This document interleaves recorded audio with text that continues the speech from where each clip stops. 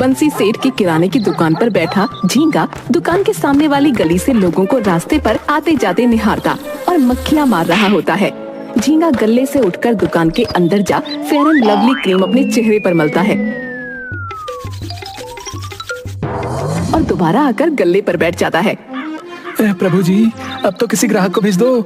सुबह के 6 बजे से बैठा हूँ, लेकिन अब तक एक ग्राहक भी नहीं आया और ना ही कोई मैना आई।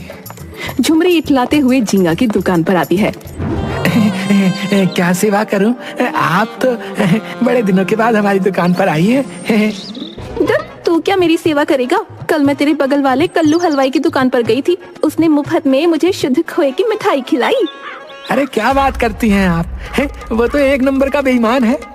खोए में आलू मिक्स करके बेचता है। रुक जाइए आप, मैं असली माल खिलाता हूँ। झींगा अपनी दुकान की भरनी से नान खटाई के बिस्कुट निकालकर झुमरी को देता है। झुमरी स्वाद लेकर बिस्कुट बड़े चाव से खाती है और झींगा प्यार भरी निगाहों से उसे देखता रहता है।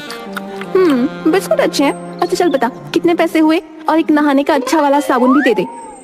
अब ले झुमरी, मैं क्या तुझसे पैसे लूंगा? राम जी सच कहता हूँ, ये मेरी दुकान नहीं है, नहीं तो मैं सारी दुकान तुझे खिला देता। हाँ क्या? झींगा झुमरी की ओर निहारते हुए अलमारी से निकालकर झुमरी को साबुन देता है। ये लो तुम्हारे नहाने का साबुन। इस साबुन से नहाते ही तुम्हारा चेहरा टमाटर की तरह लाल लाल हो जाएगा। झींगा और झुमरी दोनों आंखों ही आंखों में नैन मटक्का कर रहे होते हैं। उसी वक्त दुकान के मालिक बंसी सेठ दुकान पर आते हैं। झींगा, ये क्या हो रहा है?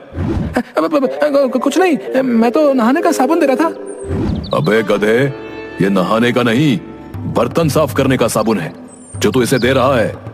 क्या कहा आपने? बर्तन साफ करने का साबुन? तुम मुझे बर्तन साफ करने का साबुन नहाने के लिए दे रहे थे? बंसी सेठ झींगा के हाथ से साबुन लेकर अलमारी में रखे हुए नहाने के साबुन से बदलकर झुमरी को देता है। ले बेटी, और जा, जब मैं रहूं तभी आया कर सामान लेने, नहीं तो ये गधा तुझे कुछ भी उल्टा सुल्टा सामान पकड़ा देगा। ठीक है चाचा, मैं चलती हूँ। बेटी पैसे? चाचा, ये झींगा तो बोल रहा था पैसे देने की जरूरत नहीं है। नहीं बेटी, पैसे तो देने होंगे, नहीं तो ये दुकान कैसे चलेगी। ठीक है चाचा, ये लो पैसे। झुमरी बंसी सेठ को 10 का नोट देती है और दुकान से चली जाती है। बंसी सेठ दुकान से झाड़ू लेकर झींगा के पास आता है। क्यों बे गधे की औलाद है? दुकान क्या तेरे बाप की है जो तू सबको फ्री में सामान बांट रहा है? मालिक, सबको कहा, सिर्फ झुमरी को फ्री में सामान दे रहा था। बाकी सबसे तो पूरे पैसे लेता हूँ मैं। अबे लगता है तू मेरी दुकान इस मोहल्ले से बंद करवाएगा, लेकिन मैं ऐसा नहीं होने दूंगा। रुक जा, तेरी खबर लेता हूँ, रुक। बंसी सेठ झींगा को झाड़ू से मारता है। फिर बंसी सेठ झाड़ू को एक कोने में फेंककर दुकान के गल्ले पर बैठ जाता है और गल्ले पर पड़ी कुछ रसीदों को उठाकर देखता है। अबे गधे, ये फेयर एंड लवली की क्रीम कब आई रे? दुकान में तो नजर नहीं आ रही है। मालिक, वो सारी बिक गई। अरे वाह, क्या बात है, एक ही हफ्ते में आधी दर्जन क्रीम इस मोहल्ले में बिक गई। वाह वाह वाह वाह। जी जी जी सेठ जी। बंसी सेठ झींगा के चेहरे की ओर बड़े गौर से देखता है। अरे झींगा, अभी कुछ दिन पहले तक तेरा चेहरा काले जिन की तरह लग रहा था, पर आज ये काफी चमक रहा है। ये कैसे हुआ? ये सब तो आप ही की वजह से हुआ है सेठ जी। ओह, अब समझा, क्रीम का इस्तेमाल यहाँ हो रहा है? बंसी सेठ दोबारा झाड़ू उठाकर झींगा की पिटाई करता है और झींगा खुद को बचाने के लिए वहाँ से भाग जाता है। दूसरी तरफ दुकान के बाहर कल्लू हलवाई, जो झुमरी को बहुत पसंद करता था। कहो झुमरी, ले लिया साबुन? वैसे तुम्हें साबुन की क्या जरूरत है? तुम तो ऐसे ही परी हो। तुम्हें राज की एक बात बताऊं? ये परी रात को 12 बजे उल्टे पैरों वाली चुड़ैल बन जाती है। अब ये बात कितनी सच है, ये देखने के लिए तो मुझे रात के 12 बजे तुम्हारे पास आना होगा। बोलो कब आ जाऊं? आज रात को आ जाऊं?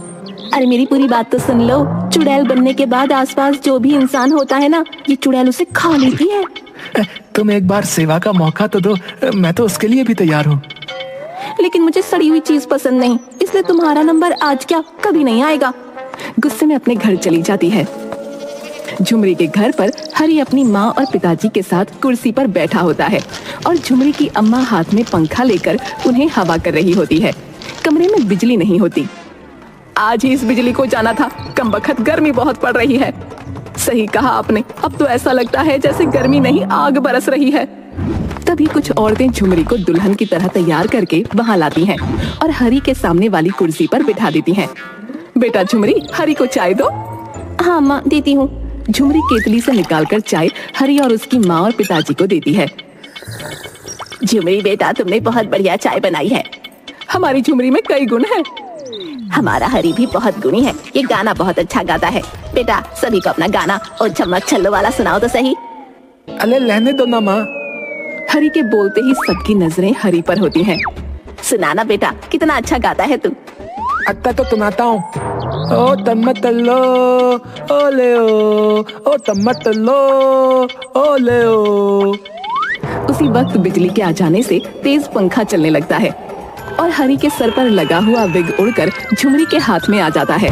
सभी आश्चर्य से हरी की ओर देखने लगते हैं और खुद की हंसी को रोक नहीं पाते। हरी जल्दी से अपना विग झुमरी के हाथ से लेता है और वहाँ से भाग जाता है। उसके पीछे उसके माँ बाप भी दौड़ते हैं। अम्मा, तुम्हें मेरी शादी करने के लिए ये गंजा मिला क्या? मुझे माफ कर दे बेटा, मुझे क्या पता था कि वो गंजा है। जब हम लखनऊ तुम्हारे मामा के घर शादी में गए थे, वहीं पर इस गंजे की माँ से मेरी जान पहचान हुई थी और ये गंजा भी तो वहाँ पर था। तभी कल्लू हलवाई झुमरी के घर आता है। कल्लू झुमरी और उसकी अम्मा की सारी बातें सुन लेता है। अम्मा बाहर आओ। आई, लगता है कल्लू आया है। मैं उसके पैसे देकर आती हूँ अभी। हाँ बेटा, ले तेरे पैसे। अरे अम्मा, तुम भी कैसी बातें करती हो? एक तरफ तो बेटा बोल रही हो और दूसरी तरफ पैसों का हिसाब लेकर बैठी हो। तभी अंदर से झुमरी आती है। तो यहाँ पैसे लेने नहीं तो क्या हमारा हाल पूछने आया है? मैं तो इधर से गुजर रहा था तो सोचा अम्मा का हाल चाल पूछ लो। तो अपनी बकवास बंद कर और मुझे सब पता है तू यहाँ क्यों आया है। अरे झुमरी, तू अंदर जा, मैं अभी आती हूँ। कल्लू, ये ले बेटा तेरे पैसे।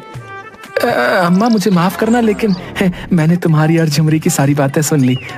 वैसे तुम्हें झुमरी की शादी के लिए इतना परेशान होने की क्या जरूरत है?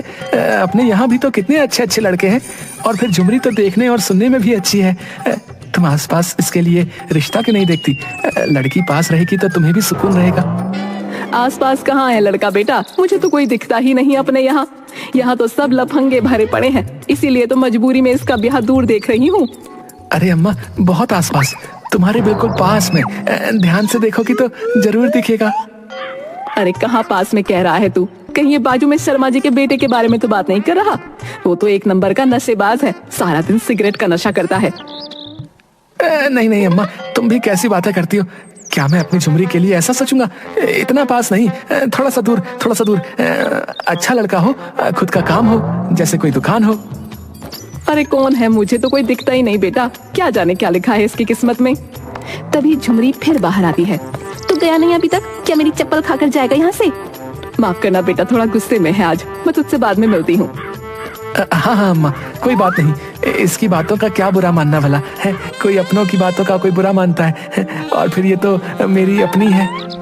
तू चाहता है कि मैं अपनी चप्पल निकालूं? अम्मा मेरी बात पर गौर करना है ना। अपने आसपास तुम जरूर देखना है ना, दिखाई देगा तुम्हें। है तू निकल रहा है कि नहीं? कल्लू वहाँ से चला जाता है।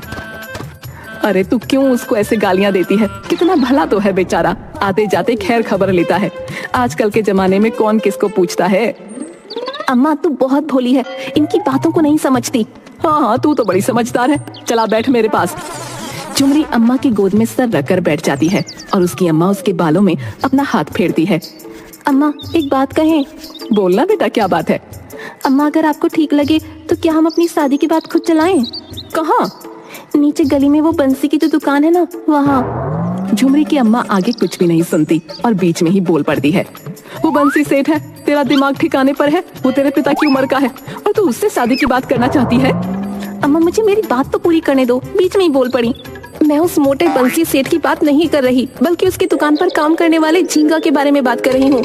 वो काला कलूटा झींगा? तेरी मत मारी गई है। तू कहाँ हूर जैसी, अब वो कहाँ काला शैतान। और तो और तेरे बाबा तुझे जान से मार देंगे। झुमरी की अम्मा गुस्से में बाहर चली जाती है। तभी झुमरी के मोबाइल पर झींगा का फोन आता है। झुमरी फोन उठाती है। कैसी हैं आप? ठीक हूँ। लगता है मूड खराब है। अम्मा ने कुछ कहा क्या? और बाबा हमारी शादी के लिए मान तो गए ना? नहीं, अम्मा ने साफ इनकार कर दिया और बाबा से बात करने की तो मेरी हिम्मत ही नहीं है। तुम्हें तो पता है ना कितना गुस्सा करते हैं। देखो झुमरी, तुम परेशान मत हो। हाँ, अभी भी हमारे पास एक और रास्ता है। हम दोनों भागकर दिल्ली चलते हैं। वहाँ मेरे एक पुराने रिश्ते के चाचा रहते हैं। कुछ दिन हम दोनों उनके घर रह लेंगे और फिर अपना खुद का अलग घर ले लेंगे। तुम सच कह रहे हो? मुझे बताओ ना, कब भागना है? मेरा बचपन से सपना था किसी के साथ भागकर शादी करूंगी, और अब लगता है कि वो सपना सच में पूरा हो जाएगा। अरे वाह, फिर तो तुम्हारा सपना भी पूरा हो जाएगा। लेकिन हमें कुछ पैसों की जरूरत पड़ेगी। क्या तुम्हारे पास कुछ पैसे हैं? हाँ है ना, अम्मा ने आज सुबह ही मुझे मार्केट से सब्जी लाने के लिए 200 रुपए दिए थे। वो पैसे भी है मेरे पास। हट पगली, 200 रुपए में क्या होता है? मेरे कहने का मतलब है हमें 1-2 लाख रुपए की जरूरत पड़ेगी। उतने तो नहीं है। अच्छा, कुछ जेवर है? हाँ बहुत है, मेरे भी है और अम्मा के भी। सब लॉकर में बंद है और चाबी अम्मा के बेड पर सिरहाने रहती है। तो चाबी चुरा लो और सारे जेवर एक बैग में भरकर मुझे अपने घर के पीछे आज रात में मिलना। ठीक है। चलो अब फोन रखता हूँ, रात को मिलेंगे। रात के अंधेरे में झुमरी अपनी अम्मा और बाबा के कमरे में जाती है। अपनी अम्मा के तकिए के नीचे से चाबी लेकर तिजोरी से सारे जेवर बैग में भर के फिर कमरे से बाहर आ जाती है। अचानक झुमरी के बाबा की नींद खुल जाती है। अपने कमरे का दरवाजा खुला देखकर बाहर आते हैं। अंधेरे में झींगा कंबल ओढ़ झुमरी के घर के पास आता है। झुमरी के बाबा कमरे की खिड़की से बाहर देखते हैं और उनकी नजर गली में झींगा पर पड़ती है। वो घर के नीचे आते हैं, लेकिन उन्हें वहाँ कोई नहीं मिलता, क्योंकि झींगा और झुमरी दोनों घर के पीछे चले जाते हैं। कि क्या चोरों की तरह आए हो?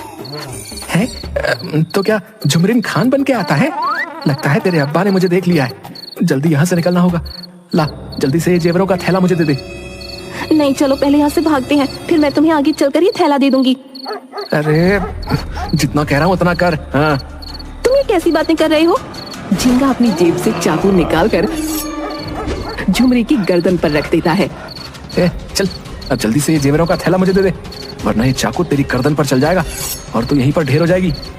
हे भगवान, तुम ये क्या कर रहे हो? मैंने तुम पर विश्वास किया था और तुम मुझे धोखा दे रहे थे। तुम्हें तो नरक में भी जगह नहीं मिलेगी। झुमरू जबरन झींगा के हाथ से चाकू छीन लेती है और झींगा के पिछवाड़े बम पर चाकू घोंप देती है। उसी वक्त गली की सारी लाइटें जल जाती हैं। चारों ओर से लोग झींगा को घेर कर झींगा की खूब पिटाई करते हैं। झुमरी के एक हाथ में थैला होता है और दूसरे हाथ में चाकू। लोग झींगा को अधमरा छोड़कर धीरे धीरे झुमरी के पास आते हैं। वाह बेटी, आज तो हाथ की सफाई अच्छी हो गई। हाथ की सफाई? तुमने कमाल कर दिया, एक चोर को मार गिराया। हाँ, कई महीनों से इस मोहल्ले में चोरियां हो रही थी, लेकिन कोई इस चोर को पकड़ नहीं पाया। आज झुमरी की वजह से ये हमारे कब्जे में है। झुमरी के बाबा भी वहाँ आ जाते हैं और झुमरी को अपने गले से लगा लेते हैं और कहते हैं, बेटी हो तो ऐसी। बेटा, मैंने हमेशा तुम्हारे साथ सख्त व्यवहार किया, लेकिन मैं तुमसे सच में बहुत प्यार करता हूँ। झुमरी कुछ भी नहीं बोलती और अपने बाबा के गले से जोर से लिपट जाती है। वो हमेशा से अपने बाबा के गले इसी तरह लिपटना चाहती थी, लेकिन उनका सख्त व्यवहार उसे हमेशा उनसे दूर ही रखता था। दूसरे दिन झुमरी कल्लू हलवाई की दुकान पर जाती है। मुझे माफ कर दो कल्लू, मैंने तुम्हें गलत समझा। कोई बात नहीं, मैं हमेशा से तुम्हें उस दुष्ट झींगा से बचाना चाहता था, क्योंकि मैं उसकी फितरत को अच्छी तरह से जानता था। तुम्हें बताना भी चाहा, लेकिन तुम उससे सच्चा प्यार करती थी। अगर मैं तुम्हें कुछ भी बताता तो तुम्हें मुझ पर यकीन नहीं होता। तुम सच कह रहे हो कल्लू, झींगा के प्यार में मैं अंधी हो चुकी थी, जबकि वो तो सिर्फ मेरे पैसों से प्यार करता था, मुझसे नहीं। अगर कल रात अम्मा के जेवर चुरा लिए होते और झींगा के साथ भाग गई होती तो आज मेरी हालत क्या ही होती। मैं झींगा की नीयत जानता था और मुझ पर विश्वास करने के लिए तुम्हारा बहुत बहुत शुक्रिया। शुक्रिया तो तुम्हारा, मैं तुम्हारा एहसान जिंदगी भर नहीं भूलूंगी। ये सब छोड़ो, आगे तुमने क्या सोचा है? कुछ नहीं, जहाँ अम्मा बाबा चाहेंगे मैं वहीं शादी करूंगी। बस झुमरी, मेरी एक बात हमेशा याद रखना कि चाहे जो भी हो जाए, कभी किसी को ये मत बताना कि तुम झींगा के साथ भागने वाली थी। अगर मैंने ये बात छुपाई तो पूरी जिंदगी इस बात का अफसोस होगा कि मैं अपने अम्मा बाबा से झूठ बोल रही हूँ। लेकिन इस बात की खुशी तुम्हें ज्यादा होनी चाहिए कि तुम अपने बाबा के गले लगी, जो तुम हमेशा से चाहती थी। तुम्हें कैसे पता? ये सब छोड़ दो कि मुझे कैसे पता। बस आज तुम्हें जो खुशी मिली है उसे पूरी जिंदगी संभाल कर रखना, और हमेशा याद रखना कि कभी कभी एक छोटा सा झूठ हमारी पूरी दुनिया बसा भी सकता है।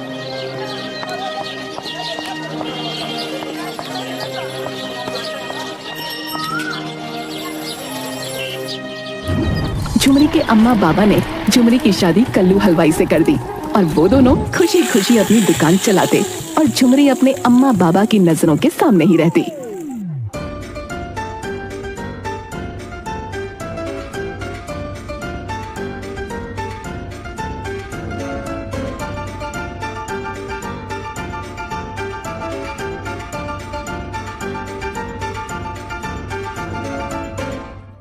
मनोज अंकल की दुकान पर पहुँचे। मनोज अंकल ने उन्हें देखकर मुस्कुरा कर कहा, अरे मेरे रोज के ग्राहक आ गए, आप जरा 2 मिनट रुकिए, मैं जल्दी से आपके लिए चाय लेकर आता हूँ। मनोज अंकल जल्दी से गर्मा गर्म चाय पकोड़े बनाने लगे। तभी उनकी बेटी नैना भी वहाँ आ गई और सभी ग्राहकों को चाय पकोड़े परोसने लगी। आपको कितने प्लेट पकोड़े चाहिए सर? मुझे 2 प्लेट देना। आज मेरी बीवी ने भी खाने के लिए आपके यहाँ से पकोड़े मांगे हैं, तो उसके लिए लेकर जाने हैं। जी आप रुकिए, मैं बस अभी लेकर आती हूँ। नैना ने सभी ग्राहकों को चाय पकोड़े परोसे, लेकिन जैसे ही वो धीरज को चाय परोसने लगी, वैसे ही गलती से धीरज के कपड़ों पर चाय गिर गई। अरे ये क्या किया आपने? आपको सावधानी से चाय देनी चाहिए थी। मेरे पूरे के पूरे कपड़े गंदे हो गए। मुझे चाय पीकर ऑफिस भी जाना था। माफ कीजिए सर, मैं बहुत माफी चाहती हूँ। वो हाथ में ट्रे थी तो एकदम से मेरा बैलेंस बिगड़ गया। लेकिन आप चिंता मत कीजिए, आप मेरे साथ आइए, मैं अभी से साफ कर देती हूँ। हाँ साहब, मेरी बेटी से साफ कर देगी। और बेटी तुम भी जरा सावधानी से काम करो। नैना जल्दी से एक कपड़ा लेकर धीरज के कपड़ों को साफ करने लगी। धीरज को नैना की इस हरकत पर मुस्कुराना आ गया। अच्छा तुम ये सब छोड़ो, मैं खुद ही अपनी शर्ट को साफ कर लेता हूँ। तुम मुझे ये कपड़ा दे दो।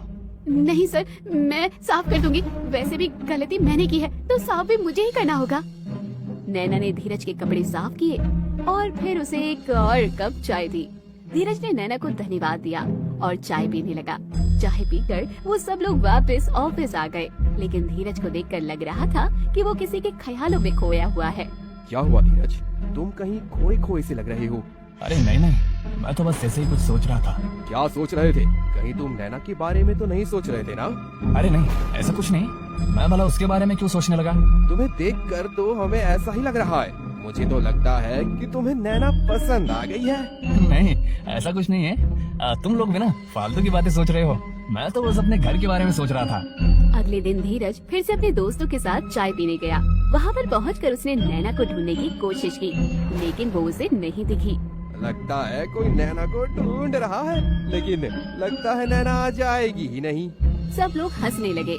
चिंता मत करो धीरज, मैं एक बार अंकल से पूछ लेता हूँ कि नैना आ जाएगी या नहीं। अरे तुम सब लोगों का दिमाग खराब हो गया क्या? कुछ भी बोले जा रहे हो। मैं भला उसे क्यों ढूंढने लगा? खामखा मेरे मजे लिए जा रहे हो। अरे रहने दे, बस सब कुछ अच्छी तरह पता है। ऐसी ऐसी बातें तो हम आंखें बंद करके भी समझ सकते हैं। तभी दिनेश ने मनोज अंकल से पूछा, अंकल आज तो दुकान पर अकेले ही दिखाई दे रहे हो? आपकी मदद करने के लिए आज नैना नहीं आई क्या? नहीं बेटा, आज नैना की तबीयत खराब है, इसलिए वो नहीं आई। क्या नैना की तबीयत खराब हो गई? ऐसा क्या हो गया उसे?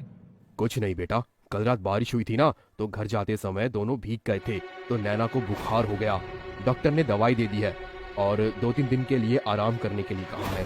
धीरज की चिंता देखकर सब लोग और जोर से हंसने लगे। अरे धीरज, तुम्हें नैना की इतनी चिंता क्यों हो रही है? अभी तो तुम कह रहे थे कि तुम्हें उसकी चिंता ही नहीं होती, और अभी देखो। अरे यार कुछ नहीं, बस ऐसे ही। लगता है धीरज को नैना से प्यार हो गया है। सब लोग हंसने लगे। धीरज का चेहरा लाल हो गया। हंसते मुस्कुराते हुए सब लोग वापस ऑफिस आ गए। 2-3 दिन तक नैना दुकान पर नहीं आई। धीरज उसकी याद में रहता था और हर दिन दुकान पर जाकर उसकी खबर लेता था। लेकिन कुछ दिन बाद जब धीरज दुकान पर गया तो उसने देखा कि नैना वहाँ पर है। धीरज उसे देखकर बहुत खुश हो गया। नमस्ते नैना, आपकी तबीयत अब ठीक है? बहुत दिन से आपकी तबीयत खराब थी तो मुझे चिंता हो रही थी। धन्यवाद, अब मैं ठीक हूँ। बस बारिश में भीगने की वजह से थोड़ा बुखार हो गया था, तो ठीक होने में समय लग गया, लेकिन अब मैं बिल्कुल ठीक हूँ। आप इतने दिन से दुकान पर नहीं आ रही थी तो मैंने आपके हाथ के बने पकोड़े को बहुत मिस किया। क्या आज आप मेरे लिए आलू और पालक के पकोड़े बना सकती हैं? माफ कीजिए, दुकान पर आलू तो हैं, लेकिन पालक नहीं है, इसलिए मैं पालक के पकोड़े नहीं बना पाऊंगी, लेकिन कल आपके लिए बना कर रखूंगी। ये ठीक है। वैसे धन्यवाद, आपने मेरी इतनी चिंता की। इस तरह धीरज और नैना की बातचीत शुरू हो गई। धीरज ने नैना को उसकी पसंदीदा चाय बनाने के लिए कहा और नैना ने उसे बना कर दी। धीरज और नैना की दोस्ती बढ़ने लगी। वो दोनों हर दिन एक दूसरे से बात करते और हंसते मुस्कुराते रहते। तभी कुछ दिन बाद धीरज ने नैना से पूछा, अच्छा, वैसे तुम्हारी दुकान तो यहाँ पर है, लेकिन तुम कहाँ पर रहती हो? तुम्हारा घर कहाँ पर है? हमारा यहाँ पर अपना घर नहीं है, इसलिए हम किराए पर एक छोटे से घर पर रहते हैं। वैसे आप कहाँ पर रहते हैं? वैसे तो मेरा घर गांव में है, लेकिन मेरी यहाँ पर सरकारी नौकरी लग गई है, तो मैंने यहाँ पर ही अपना एक छोटा सा घर खरीद लिया है, ताकि कोई परेशानी ना हो। तो फिर आप यहाँ पर अकेले रहते हो या फिर आपके माता पिता भी आपके साथ रहते हैं? नहीं, मैं यहाँ पर अकेला रहता हूँ। माता पिता तो गांव से शहर नहीं आ सकते, उन्हें यहाँ पर रहना अच्छा नहीं लगा, इसलिए कभी कभी उनसे मिलने के लिए गांव चला जाता हूँ, या फिर कभी कभी वो यहाँ पर आ जाते हैं। अच्छा, लेकिन अगर आप अकेले रहते हो तब तो आपको खाना भी खुद ही बनाना पड़ता होगा ना? हाँ, खुद ही बनाना पड़ता है। कभी कभी मैं परेशान भी हो जाता हूँ। काश यहाँ मेरे साथ कोई ऐसा होता जो मेरे लिए खाना बनाता। आप मुझे अपने घर का पता दे दीजिए। मैं सोच रही हूँ कि एक टिफिन सर्विस खोल लूँ तो आपके लिए खाना बना कर ले आऊंगी। नैना की ये बात सुनकर धीरज के चेहरे पर मुस्कुराहट आ जाती है। वो सोचता है कि नैना उसके लिए कितना सोचती है। धीरज नैना को अपने घर का पता देता है और कहता है, धन्यवाद नैना, अगर तुम नहीं होती तो मुझे वही बाहर खाना खाना पड़ता या खुद खाना बनाना पड़ता। अगले दिन शाम को नैना धीरज के घर के बाहर खड़ी होती है। उसके हाथ में एक टिफिन होता है। धीरज दरवाजा खोलता है और नैना को देखकर मुस्कुराता है। अरे नैना, तुम यहाँ? मुझे तो लगा था कि तुम मेरे साथ मजाक कर रही हो, लेकिन तुम तो सचमुच खाना लेकर आ गई। अरे मैं भला आपके साथ मजाक क्यों करूंगी? मैं जानती हूँ कि खाना बनाने की वजह से आप बहुत परेशान हो जाते हो और आपको परेशान देखकर मुझे बिल्कुल अच्छा नहीं लगता। तुम बहुत अच्छी हो नैना, आओ घर के अंदर आओ। नहीं नहीं, मेरे पास अंदर आने का समय नहीं है। मुझे घर जाकर अभी और भी काम करने हैं और अगर देर से घर पहुंचूंगी तो माँ और पिताजी चिंता करेंगे। आप ही टिफिन ले लो। धीरज टिफिन ले लेता है और कहता है, आपने मेरी बहुत बड़ी परेशानी हल कर दी, वरना मुझे हर रोज ऑफिस से आकर खाना बनाना पड़ता था और कभी कभी तो मेरा खाना बनाने का मन भी नहीं करता था, तो बाहर से ऑर्डर करना पड़ता था। और बाहर का खाना तो सेहत के लिए कैसा होता है आप जानती ही हो। अब आप चिंता मत कीजिए, अब से मैं हर रोज आपके लिए खाना बना कर ले आऊंगी। धीरज और नैना की बातचीत बढ़ती है और वो दोनों एक दूसरे के साथ अधिक समय बिताने लगते हैं। एक दिन नैना धीरज के घर खाना देने आती है और उसके चेहरे पर एक अलग सी चिंता के निशान होते हैं। धीरज, मैं तुमसे कुछ बात करना चाहती हूँ। हाँ बोलो, क्या हुआ? आज बड़ी परेशान लग रहे हो तुम। परेशानी की तो बात है, मेरे माता पिता मेरी शादी की बात कर रहे थे। उनका कहना है कि अब मेरी शादी की उम्र हो गई है, इसलिए वो मेरे लिए लड़का ढूंढ रहे हैं। अरे तो तुम इतना परेशान क्यों होती हो? अपने माता पिता को मेरे बारे में बता दो ना। इतना आसान नहीं है, मेरे अंदर इतनी हिम्मत नहीं है कि मैं खुद जाकर अपने माता पिता से इस बारे में बात करूं। और मैं ये भी नहीं चाहती कि मेरी शादी तुम्हारे अलावा किसी और के साथ हो। तुम मेरे माता पिता से शादी के लिए बात कर लो। ठीक है, मैं समझ गया। तुम अपने घर वालों को थोड़े दिन रोक कर रखो, तब तक मैं भी अपने घर पर तुम्हारे बारे में बात कर लूंगा और अपने माता पिता के साथ रिश्ता लेकर तुम्हारे घर पर आऊंगा। नैना के चेहरे पर एक मुस्कुराहट आ जाती है। धन्यवाद धीरज, मैं जानती थी तुम यही कहोगे। कुछ दिन बाद धीरज के माता पिता उससे मिलने के लिए आते हैं। धीरज अपने माता पिता के साथ बैठकर बात कर रहा था। तभी शाम को नैना टिफिन देने के लिए आती है। धीरज के माता पिता उसे देखकर पूछते हैं, ये लड़की कौन है? ये नैना है माँ, मेरी बहुत अच्छी दोस्त है। जब से मैं शहर में आया हूँ तब से नैना ही मेरे लिए खाना बनाकर लाती है। इसने मुझे कभी घर के खाने की कमी महसूस नहीं होने दी है। धीरज की माँ के चेहरे पर एक मुस्कुराहट आ जाती है। अरे वाह, ये तो बहुत अच्छी बात है। हम तो तुम्हारे बहुत शुक्रगुजार हैं बेटा कि तुम हमारे बेटे का इतना ध्यान रख रही हो, वरना तुम जैसे दोस्त आजकल कहाँ मिलते हैं। ये तो मेरा फर्ज है आंटी। धीरज मेरा बहुत अच्छा दोस्त है और इस नाते जितना मुझसे बन पड़ता है उतना मैं उसके लिए करती हूँ। अच्छा, घर पर मम्मी पापा मेरा इंतजार कर रहे होंगे, मैं चलती हूँ। नैना खाना देकर वहाँ से चली जाती है, लेकिन उसके जाने के बाद शशि धीरज को कहती है, ये लड़की हमारे बेटे का कितना ध्यान रख रही है, तब तो हमें इस लड़की को अपने घर की बहू बना लेना चाहिए। मुझे तो ये लड़की बहुत अच्छी लगी। हाँ बेटा, ये लड़की तो बहुत अच्छी है। मुझे भी ये लड़की तेरे लिए बहुत पसंद आई। माँ, पिताजी, सच बताऊं तो मैं भी यही चाहता हूँ। मैं बहुत समय से आप लोगों को नैना के बारे में बताना चाहता था, लेकिन बता ही नहीं पा रहा था। नैना अपने माता पिता से हमारी शादी की बात नहीं कर पा रही है, तो क्या आप लोग उसके घर पर रिश्ता लेकर चल सकते हैं? अरे हाँ हाँ बेटा, क्यों नहीं, ये तो हमारे लिए बहुत खुशी की बात होगी। वैसे भी आज के जमाने में कहाँ नैना जैसी लड़कियाँ मिलती हैं। हम कुछ दिनों में ही उसके घर पर रिश्ता लेकर जाएंगे। कुछ दिन बाद धीरज अपने माता पिता शशि और राजेंद्र के साथ नैना के घर रिश्ता लेकर जाता है। नैना के पिता मनोज धीरज को पहले से ही जानते थे कि वो एक सरकारी नौकरी करता है और उनकी प्रतिष्ठा भी अच्छी है। आपका स्वागत है। हमें आपके आने की खबर थी। नैना ने हमें बताया था कि आज आप लोग आने वाले हो, लेकिन हमें ये नहीं पता था कि आप हमारी बेटी के लिए रिश्ता लेकर आ रहे हैं। दरअसल नैना बेटी आपसे रिश्ते के बारे में बात करने से डर रही थी, शायद इसलिए उसने आपको कुछ नहीं बताया। अरे मनोज जी, हमें लगता है कि धीरज और नैना के लिए ये रिश्ता बहुत ही अच्छा होगा। हाँ, नैना बहुत अच्छी लड़की है और हमारा धीरज भी एक नेक लड़का है। भगवान की दया से अच्छी नौकरी है और आपकी नैना भी बहुत गुणवती है। हमें लगता है कि धीरज और नैना की जोड़ी बहुत अच्छी रहेगी। जी, आपकी बात तो बिल्कुल ठीक है। दोनों बच्चे एक दूसरे को पसंद करते हैं और एक दूसरे के लिए उचित भी रहते हैं, तो मुझे इस शादी से कोई भी आपत्ति नहीं है। धीरज जैसे लड़के के साथ तो कोई भी पिता अपनी बेटी की शादी खुशी खुशी करवाना चाहेगा। कुछ देर बाद दोनों परिवारों ने शादी की तारीख निकालने का फैसला कर लिया। कुछ महीने बाद शादी की तारीख तय हुई। कुछ महीने बाद धीरज और नैना की शादी हो गई। वो दोनों बहुत खुश थे। एक दिन धीरज ने कहा, मैं सोच रहा हूँ कि इस घर को बेचकर एक नया घर ले लूं, क्योंकि ये घर अब हमारे लिए छोटा पड़ने लगा है। मम्मी पापा भी गांव में परेशान हो जाते हैं, तो उन्हें भी यहीं पर बुला लूंगा। अब कम से कम तुम उनके साथ रहोगी तो उनका मन भी लग जाएगा। वैसे ये आपने अच्छा सोचा, लेकिन नया घर आप अपने नाम से लेंगे या मम्मी पापा के नाम से लोगे? ये कैसा सवाल हुआ? तुम मुझसे ये बात क्यों पूछ रही हो? बस ऐसे ही पूछ लिया। कुछ गलत कर दिया क्या? मैं यही चाह रही थी कि इस बार घर आप मम्मी पापा के नाम से ले लो, तो बस इसलिए पूछा। अच्छा, वैसे अपने नाम से तो मैंने ये घर लिया था, लेकिन इस बार सोच रहा हूँ कि मम्मी पापा के नाम से घर ले लूं। उन्हें भी अच्छा लगेगा कि उनके बेटे ने उनके नाम से घर लिया है। बात तो आपने बहुत अच्छी कही। आपकी मम्मी की किस्मत कितनी अच्छी है कि आप उनके नाम से घर ले रहे हो। हम लोग तो इतने गरीब थे कि हमेशा किराए के घर में ही रहे हैं। मेरा हमेशा से सपना था कि मेरा अपने नाम का कोई घर हो। काश वो दिन जरूर आए जब मैं भी अपने नाम से घर ले पाऊँ। नैना की बात सुनकर धीरज इमोशनल हो जाता है और कहता है, चलो मैं इस बार तुम्हारे नाम से घर ले लेता हूँ। गांव में तो हम लोगों की बहुत प्रॉपर्टी है जो मम्मी के नाम पर है, लेकिन तुम्हारा अपना घर लेने का सपना है, तो मैं इस बार घर तुम्हारे नाम से ही ले लेता हूँ। नहीं नहीं, ऐसा नहीं हो सकता। आपके पैसों पर सबसे पहला अधिकार आपके माता पिता का है, इसलिए आपको उनके नाम से ही घर लेना चाहिए, वरना सब क्या कहेंगे कि शादी होते ही माता पिता को भूल गया। अरे कोई ऐसा नहीं सोचेगा, और तुम मेरे लिए कोई पराई थोड़ी ना हो। तुम तो मेरी धर्म पत्नी हो। अब क्या मैं तुम्हारे लिए इतना भी नहीं कर सकता? मैं तुम्हारे लिए ये घर तुम्हारे नाम से ही लूंगा। मैं तुम्हारे सपनों को पूरा करना चाहता हूँ। लेकिन धीरज ये ठीक नहीं है। आपकी मम्मी को पता चलेगा तो वो क्या सोचेंगी? मम्मी को पता चलेगा तो वे समझ जाएंगी। वे तुम्हें अपनी बहू मानती है और तुम्हारे लिए वे भी यही चाहेंगी। नैना बहुत मना करती है, लेकिन धीरज उसके नाम से एक नया घर खरीद लेता है। कुछ ही दिन बाद धीरज ऑफिस से घर आता है और नैना को आवाज लगाता है, नैना, मैं आ गया। लेकिन नैना कोई जवाब नहीं देती। धीरज को चिंता होने लगती है और वो नैना को ढूंढते हुए अंदर वाले कमरे में जाता है। वहाँ वो देखता है कि नैना बेहोश पड़ी हुई है और पूरे कमरे का सामान इधर उधर फैला हुआ है। धीरज बहुत डर जाता है और नैना के चेहरे पर पानी छिड़ककर उसे उठाता है। नैना, नैना, उठो, क्या हुआ? नैना जब होश में आती है तो बताती है, धीरज घर पर चोर आया था और उसने मेरे सर पर डंडा मारा तो मैं बेहोश हो गई। पता नहीं वो घर से क्या क्या चुरा कर ले गया।